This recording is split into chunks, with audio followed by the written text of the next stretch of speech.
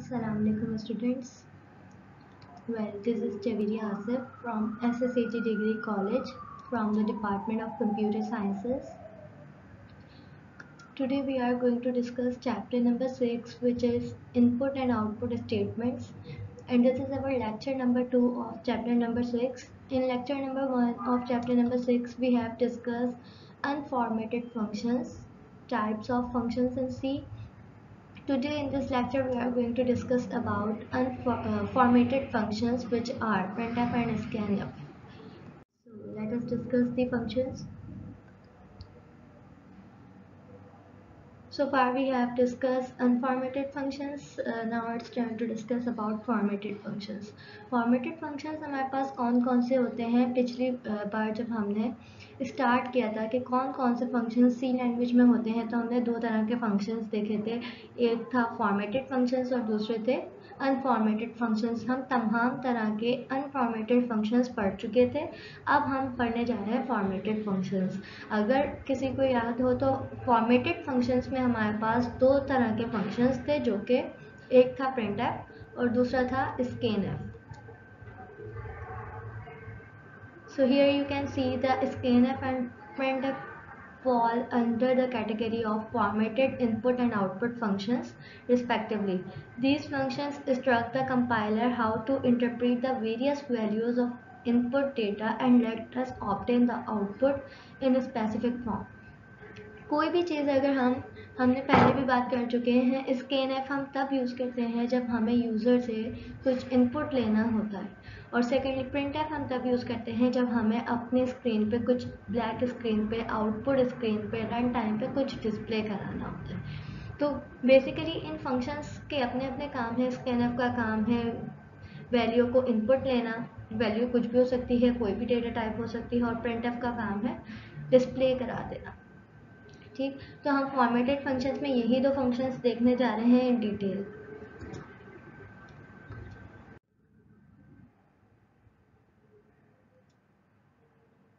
First of all we are going to discuss scanf functions. The scanf is the most versatile input function. Versatile का मतलब जो एक से ज़्यादा काम कर सकता है. The scanf function is the most versatile, मतलब एक से ज़्यादा चीज़ें सर अंजाम दे सकता है input function, because it can handle all of the different variables. Versatile क्यों कह रहे हैं स्कैनफ फंक्शन को? क्योंकि ये हैंडल कर सकता है डिफरेंट तरह के variables and control their formatting, और उन वेरिएबल्स की फॉर्मेटिंग को कंट्रोल कर सकता है. कौन? दी स्कैनफ फंक्शन. स्कैनफ फंक्शन हमारे पास सबसे ज़्यादा वर्सेटाइल फंक्शन है जो हम यूज़र से इनपुट लेने के लिए यूज़ करते हैं, और जो कि हम डिफरेंट वेरिएबल्स के साथ यूज़ कर सकते हैं. क्या करने के लिए? वेरिएबल्स की फॉर्मेटिंग को कंट्रोल करने के लिए. Think of scanf as meaning scan formatted characters from the keyboard. The function scans monitor the keyboard for keystrokes to be entered, then interprets the input based on the format specifiers. Scan का मतलब क्या है? Scan का मतलब क्या है? हम कुछ स्कैन कर रहे हैं. क्या स्कैन कर रहे हैं? कुछ कैरेक्टर्स स्कैन कर सकते हैं, कुछ इंटीजर नंबर्स स्कैन कर सकते हैं, कुछ वैल्यू को स्कैन कर रहे हैं. कहाँ से स्कैन कर रहे हैं? कीबोर्ड से स्कैन कर रहे हैं. The function scan या monitors the keyboard for keystrokes to be entered. scanf का फंक्शन क्या करता है? हमारे पास जो भी चीज़ हम इंटर कर रहे होते हैं कीबोर्ड से, वो हमारे पास हमें स्कैन करके दे देता है. मतलब कि स्कैन मतलब रीड कर लेता है. जब हम शॉपिंग मॉल्स में जाते हैं तो हमारे पास जो प्रोडक्ट के पीछे बारकोड होता है ना, उससे उसको स्कैन करते हैं, एक लेज़र लाइट उस पर डालते हैं, तो क्या हो जाता है? हमारे पास प्रोडक्ट का प्राइस स्कैन हो जाता है कि इस पर्टिकुलर प्रोडक्ट का प्राइस कितना है. इसी तरह स्कैनफ का फंक्शन भी हमारे पास इनपुट लेने के लिए या रीड करने के लिए या स्कैन करने के लिए कि क्या कौन सी कीज़ हमारे पास इंटर की जा रही हैं यूज़र की साइड से. वो कीज़ जो भी यूज़र प्रेस कर रहा है, ये स्कैनफ का फंक्शन उनको ट्रैक कर रहा है और उनको स्कैन कर रहा है. Then interprets the input based on format specifier. अब scanf को कैसे पता चलेगा कि हम जो इनपुट देने जा रहे हैं वो किस टाइप का है? ठीक। तो वो फॉर्मेट स्पेसिफायर हमारे पास ये बता रहा होता है कि हम जो इनपुट देने जा रहे हैं वो किस टाइप का होगा। अगर मैंने %d फॉर्मेट स्पेसिफायर यूज़ किया है अपने प्रोग्राम के अंदर, तो ऑब्वियसली मैं क्या वैल्यू स्कैन करवाऊंगी, क्या रीड करा रही होंगी पीछे से, इंटीजर वैल्यूज रीड करा रही हूँ। ठीक है।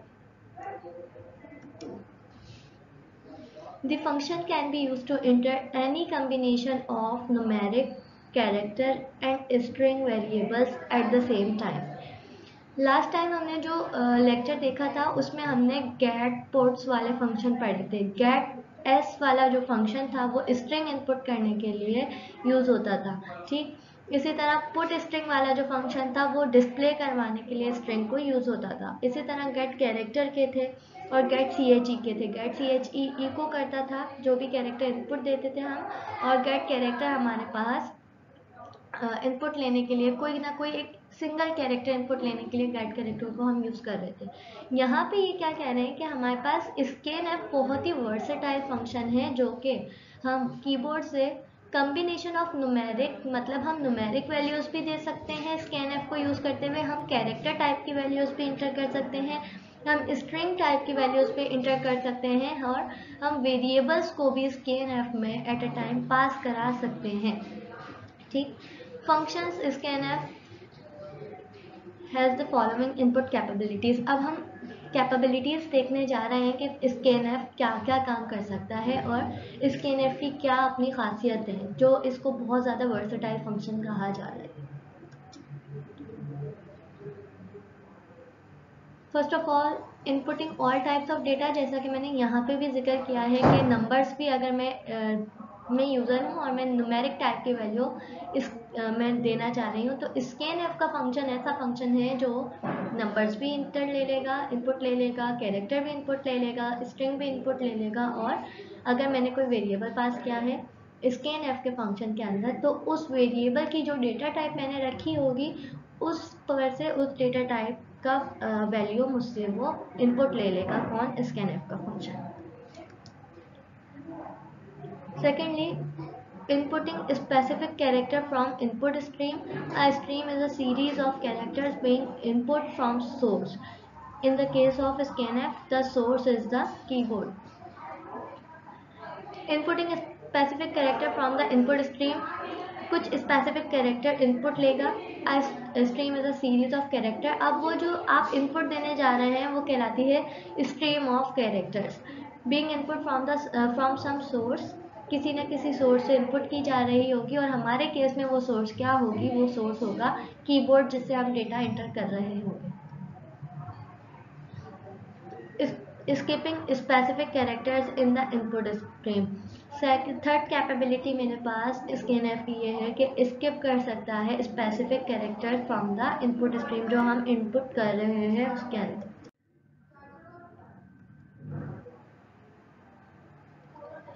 Now how can we use scanf. हम स्कैनएफ को किस तरह से यूज कर सकते हैं अपने प्रोग्राम्स के अंदर। सो स्कैनएफ में मेरे पास लिखने का तरीका क्या होता है, सबसे पहले स्कैनएफ का कीवर्ड यूज होता है। स्कैन का मतलब है कुछ रीड कर रहे हैं, एफ का मतलब है फॉर्मेटेड है, फॉर्मेटेड फंक्शन की बात हो रही है। ठीक। और हमेशा याद रखिएगा कि जब हम स्कैन एफ यूज़ करेंगे तो कैपिटल नहीं होगा, क्योंकि सी का रिजर्व वर्ड है, इस वजह से स्कैन एफ स्मॉल होगा। और बच्चे प्रैक्टिकल में ज़्यादातर गलतियाँ क्या कर रहे होते हैं, स्कैन गैप और फिर एफ, तो स्कैन एफ में कोई भी वाइट स्पेस नहीं है। फिर हमारे पास डबल कोटेशंस में कंट्रोल स्ट्रिंग आता है। कंट्रोल स्ट्रिंग क्या हो सकता है, अगर मैंने एक इंटीजर टाइप की वैल्यू को या इंटीजर टाइप के वेरिएबल को पास कराने जा रही हूँ, तो यहाँ पे आ रहा होगा %d। ठीक। उसके बाद कॉमा लगाना लाजमी है, ये इस स्कैनएफ को यूज़ करने का तरीका है। फिर यहाँ पे एम्परसेंड का साइन आ रहा होता है, और उसके बाद वो वेरिएबल आ रहा होता है जिसमें मुझे यूज़र से इनपुट लेकर उस इनपुट को स्टोर कराना होता है। Scanf function consist of 2 parts. हमने बात की स्कैनएफ 2 हिस्सों पर मुश्तमिल है, एक कंट्रोल स्ट्रिंग और दूसरा वेरिएबल का नाम। A control string closed in double quotation marks followed by a comma. Lab में अक्सर स्टूडेंट ये भी मिस्टेक करते हैं कि सिंगल कोट्स लगा देते हैं, जबकि कंट्रोल स्ट्रिंग हमेशा डबल कोट्स के अंदर लिखते हैं, ठीक। Followed by a comma, comma लगाना भी भूल जाते हैं, तो कॉमा ये इसका सिंटैक्स है लिखने का, तो हम पे लाजिम है कि हम कॉमा भी लगाएंगे। कंट्रोल स्ट्रिंग डबल कोट्स में लिखने के बाद then comma and then a list of variables. यहाँ से पे मैंने एक वेरिएबल पास करा हुआ है, आप मल्टीपल वेरिएबल्स भी पास करा सकते हैं। उसके लिए आपको कंट्रोल स्ट्रिंग में भी ऐड करना पड़ेगा। लेट सपोज मैं 2 यूज़र के इनपुट लेना चाहती हूँ, तो %d और 2 वेरिएबल्स के नाम। ये हमारे पास कुछ फॉर्मेट स्पेसिफायर हैं जो हमने चैप्टर नंबर 5 में भी देखे थे, और हम उससे पहले भी इनको डिस्कस कर चुके थे कि %d हमारे पास एक इंटीजर वैल्यू लेने के लिए यूज़ होता है, %u हमारे पास एक अनसाइंड इंटीजर लेने के लिए यूज़ होता है, %f हमारे पास एक फ्लोट वैल्यू लेने के लिए यूज़ होता है जिसमें हमारे पास पॉइंट में वैल्यू आ रही होती है, %e हमारे पास साइंटिफिक नोटेशन या ऐसे नंबर्स जिनमें कैप में पावर आ रही होती है उसके लिए यूज़ होता है, %t कैरेक्टर इनपुट के लिए यूज़ होता है, %s हम स्ट्रिंग इनपुट लेने के लिए यूज़ करते हैं, %o ऑक्टल नंबर के लिए यूज़ होता है जो कि अनसाइंड होते हैं, %x हमारे पास हेक्साडेसिमल नंबर के लिए यूज़ होता है अगेन जो कि अनसाइंड होते हैं। अब हम एक प्रोग्राम देखेंगे रिलेटेड टू स्कैनएफ कि हम स्कैनएफ को अपने प्रोग्राम में किस तरह से यूज़ कर सकते हैं, यूटिलाइज कर सकते हैं। तो स्कैनएफ में हमने प्रीवियस स्लाइड के ऊपर भी ये देखा था कि हमारे पास सबसे पहले स्कैनएफ का कीवर्ड होता है, उसके बाद कंट्रोल स्ट्रिंग होता है जहाँ पे हम फॉर्मेट स्पेसिफायर पास कर रहे होंगे, उसके बाद एक कॉमा आता है, उसके बाद वो वेरिएबल पास हो रहा होता है जो हम ऊपर बना के आए होते हैं, ठीक।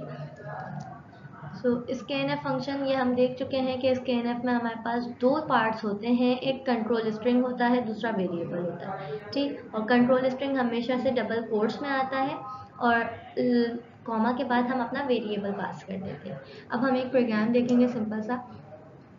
हमने एक फ्लोट डेटा टाइप ली है फ्लोट, ठीक, और एक वेरिएबल बनाया है जिसका नाम है कॉस्ट। उसके बाद प्रिंट ऐप में हमने एक मैसेज डिस्प्ले करा दिया है, please enter the cost of product, जिससे मेरे यूज़र को ये पता चल जाएगा कि वो किस चीज़ की कॉस्ट एंटर करने जा रहा है, किसी प्रोडक्ट की, ठीक। उसके बाद स्कैन एफ %f। अब बात यह है कि मैंने यहाँ पे %f क्यों यूज़ किया है, क्यों मैंने %f इस वजह से यहाँ पर यूज़ किया है स्कैनएफ के अंदर, क्योंकि मैं फ्लोट टाइप का वेरिएबल बना के आई हूँ ऊपर, ठीक। अगर मैं इंटीजर डेटा टाइप लेती कॉस्ट के लिए तो यहाँ पे मैं %d यूज़ कर रही होती। अगर मैं कोई कैरेक्टर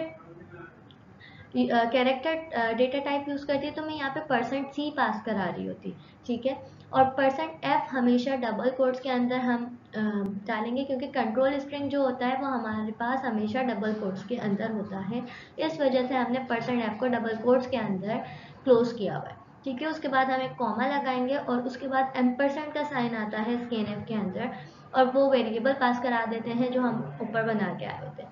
यहाँ पे हमने कॉस्ट का वेरिएबल बनाया तो हमने यही वेरिएबल पास करा दिया। अब क्या होगा, मेरे पास जब यूज़र इंटर करेगा कोई भी numeric value, let suppose user ने इंटर किया 145.6, तो क्या होगा, वो 145.6 इस कॉस्ट के वेरिएबल में जाके स्टोर हो जाएगा, और देन फिर हम क्या करा रहे हैं 16 लाइन पे हम उस कॉस्ट की वैल्यू को प्रिंट करा रहे हैं, ठीक। Print F cost of the product is %f, cost का वेरिएबल पास कर दिया। अब %f ये बता रहा है कि किस टाइप की वैल्यू हमारे पास प्रिंट होने जा रही है, ठीक। %f है, इससे हमें हमारे कंपाइलर को ये पता चल जाएगा कि %f है तो फ्लोट डेटा टाइप की वैल्यू प्रिंट होने जा रही है। ये जो कॉस्ट का वेरिएबल है इसमें कोई ना कोई फ्लोट डेटा टाइप की वैल्यू पड़ी हुई होगी जो मुझे प्रिंट करानी है, ठीक। इसका आउटपुट देखते हैं। सबसे पहले हमारे पास मैसेज प्रिंट हुआ, please enter the cost of product. फिर यूज़र ने, क्योंकि मैंने स्केप सीक्वेंसेस यूज़ नहीं किए तो मेरा कर्सर सेम ही लाइन पे रहा, यूज़र ने 145.6 एंटर किया, ठीक। तो हमारे पास ये वाली लाइन प्रिंट हुई, cost of the product is 145.6006। अब हमने बात की थी क्लास के अंदर कि हर एक data type different space allocate करता है मेमोरी के अंदर। फ्लोट जो है वो 4 बाइट्स रिजर्व करता है, तो इस वजह से ये जो पॉइंट्स आ रहे हैं मेरे पास, ये उसकी स्टोरेज कैपेसिटी है कि मेरे पास इतनी आगे तक वैल्यूज़ आ सकती थी, बट 000 इस वजह से आ रहा है क्योंकि आगे मैंने कोई वैल्यू पास नहीं की, 145.6 तक की मेरी वैल्यू है। ठीक, then we are going to discuss printf function, which is also fall in the category of formatted functions. The printf is a more versatile function because it can display data of all types and can work with multiple arguments. This function can be used to output any combination of numeric values, single characters and strings. printf again versatile function है क्योंकि हमने put string का जो function देखा था तो वो भी क्या करता था, सिर्फ और सिर्फ स्ट्रिंग की वैल्यूज को प्रिंट करा रहा होता था। ठीक, और printf क्या कर सकता है, कोई भी कॉम्बिनेशन भी प्रिंट करा सकता है, न्यूमेरिक वैल्यूज भी प्रिंट करा सकता है, सिंगल कैरेक्टर भी प्रिंट करा सकता है, स्ट्रिंग भी प्रिंट करा सकता है। ठीक, in addition printf can format how the data appears. इसके अलावा printf ये भी ट्रैक करता है कि हमारा डेटा किस तरह से कौन से फॉर्मेट में अपेयर होगा हमारी ब्लैक स्क्रीन के अंदर ऊपर। Function printf can perform the following formatting capabilities. printf कौन कौन सी कैपेबिलिटीज परफॉर्म कर सकता है वो हम आगे देखेंगे। Rounding floating point values to an indicated number of decimal places. क्या करता है हमारे पास, अगर हमारे पास कोई फ्लोटिंग पॉइंट वैल्यू है उसको राउंड ऑफ कर देगा।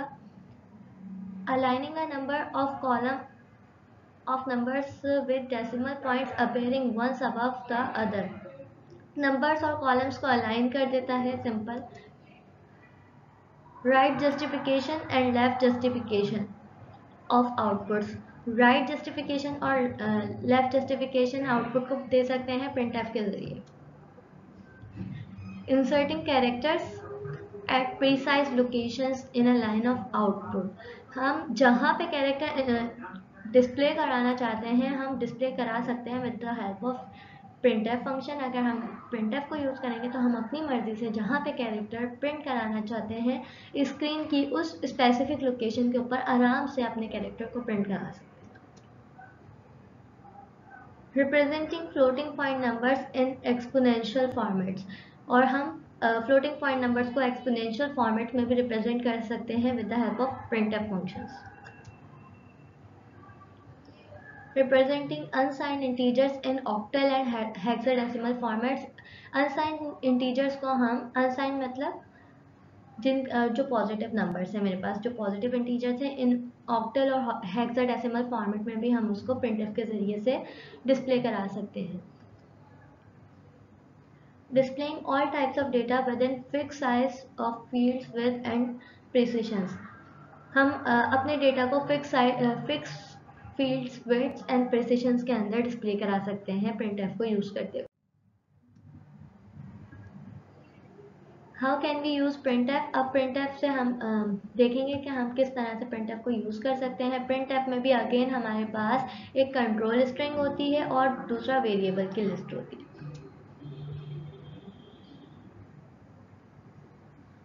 printf function consists of two parts, a control string in double quotation marks followed by a comma and then a list of variables। printf में भी scanf की तरह सेम ही चीज़ होती है। अगर मुझे कुछ प्रिंट कराना है तो मेरे पास दो पार्ट्स होंगे, एक कंट्रोल स्ट्रिंग होगी मतलब कि फॉर्मेट स्पेसिफायर होगा, फिर मेरे पास बीच में कॉमा आएगा और देन मैं अपना वेरिएबल पास करा दूंगी। जिस तरह से हमने स्कैनएफ में फॉर्मेट स्पेसिफायर देखे थे, इसी तरह हम printf में भी फॉर्मेट स्पेसिफायर्स यूज़ करते हैं डिस्प्ले करवाने के लिए। %d displays an integer number, %u displays an unsigned integer, %f एक फ्लोटिंग पॉइंट वैल्यू डिस्प्ले कराएगा, %e एक scientific notation display scientific number display करा देगा, %c एक कैरेक्टर को डिस्प्ले कराएगा, %s स्ट्रिंग डिस्प्ले करा रहा होगा, %o एक ऑक्टल नंबर डिस्प्ले करा रहा होगा, %x एक हेक्साडेसिमल नंबर डिस्प्ले करा रहा होगा। How can we use printf। अब हम printf से रिलेटेड एक छोटा सा प्रोग्राम देखेंगे जिससे हमें और मज़ीद आसानी हो जाएगी प्रोग्राम को समझने में। सिंटेक्स ये हमने लिखा हुआ है ताकि हम इसको देखते हुए printf की लाइन को लिख सकें। हम एज प्रिंट कराना चाहते हैं तो सबसे पहले हमने एक इंटीजर टाइप का वेरिएबल डेटा टाइप ली। हमेशा हम याद रखें एज जो होती है वो इंटीजर में होती है। क्यों? क्योंकि हम फ्लोटिंग पॉइंट यूज़ नहीं कर रहे होते। 17.5 किसी की एज नहीं होती। 17 होगी, 18 होगी, 19 होगी, 20 होगी, 21 होगी, इस तरह से होगी। इस वजह से मैंने इंटीजर डेटा टाइप ली है। एज का एक वेरिएबल बनाया है, एज के वेरिएबल को इनिशियलाइज कराया है 17 वैल्यू से। उसके बाद मैंने printf मतलब प्रिंट करा दी है अपनी age. printf my age is %d years age. अब ये जो एज वाला वेरिएबल है इसमें मेरे पास 17 पड़ा हुआ है, तो ये कहाँ जाकर डिस्प्ले होगा? %d की जगह। और ये %d ये बता रहा है कि मेरे पास जो एज के अंदर, एज के वेरिएबल के अंदर जो वैल्यू पड़ी हुई है वो इंटीजर डेटा टाइप की है। ठीक, ये फॉर्मेटिंग को कंट्रोल भी कर रहा है। यहाँ पे %d जहाँ पे लिखा हुआ है, एज के अंदर जो वैल्यू पड़ी है वो जाके %d की जगह रिप्लेस हो जाएगी। मतलब 17 जो आएगा वो यहाँ पे इसके बाद आ जाएगा। ठीक, क्योंकि मैंने ये स्पेसिफाई किया है कि मुझे कहाँ पे 17 को प्रिंट कराना है। ठीक, माई एज इज 17 ईयर्स ओल्ड। मैं चाहती तो मैं ये भी कर सकती थी %d इज माई एज, मतलब 17 इज माई एज। तो मैं अपने हिसाब से फॉर्मेटिंग कंट्रोल कर सकती हूँ with the help of using printf functions. Scanf में भी, स्कैनएफ में यूज़र से इनपुट लेने के लिए कोई नंबर, कोई कैरेक्टर, कोई स्ट्रिंग कीबोर्ड से रीड कराने के लिए स्कैनएफ को यूज़ करते हैं, और प्रिंटएफ को तब यूज़ करते हैं जब हमें अपनी ब्लैक स्क्रीन पे, आउटपुट स्क्रीन पे कुछ डिस्प्ले कराना। printf मेरे पास फॉर्मेटिंग भी कंट्रोल करता है कि मैं कहाँ पे अपना नंबर, अपना स्ट्रिंग डिस्प्ले कराना चाहती हूँ स्क्रीन के ऊपर। Well, this is the end of my slides. If you have any queries, you can ask me in the classroom. Thank you so much.